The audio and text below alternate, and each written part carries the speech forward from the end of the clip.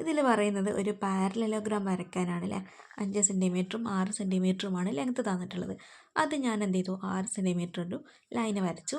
അതിനുശേഷം ഒരു പ്രൊട്രാക്ടർ എടുത്തിട്ട് അതിൽ 60 ഡിഗ്രി മെഷർ ചെയ്തു.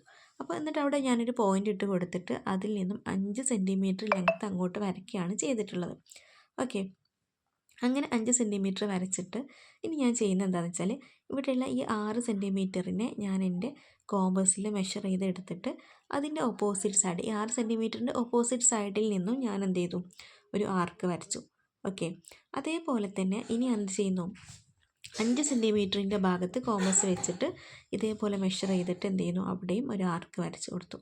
ഇപ്പോൾ ഈ രണ്ട് ആർക്കുകളും അതായത് ചാപങ്ങളും തമ്മിൽ ഇൻ്റർസെക്റ്റ് ചെയ്യുന്ന പോയിൻ്റ് കിട്ടും. ഞാൻ എന്ത് ചെയ്തു, അതിനെ ജോയിൻ ചെയ്യിപ്പിക്കുകയാണ് ചെയ്യുന്നത്. ഇനി ഇവിടെ നമുക്കിപ്പോൾ ഈ എ ബി സി ഡി എന്ന് കൊടുത്താൽ എ ബിയും സി ഡിയും ഈക്വൽ ലെങ്ത്താണ്. അതേപോലെ തന്നെ ബി സിയും എ ഡിയും സെയിം ലെങ്ത്താണ്. ഇതിൻ്റെ ഇടയിലുള്ള ആംഗിൾ 60 ഡിഗ്രിയുമായിട്ട് നമുക്ക് കിട്ടും. ഓക്കെ.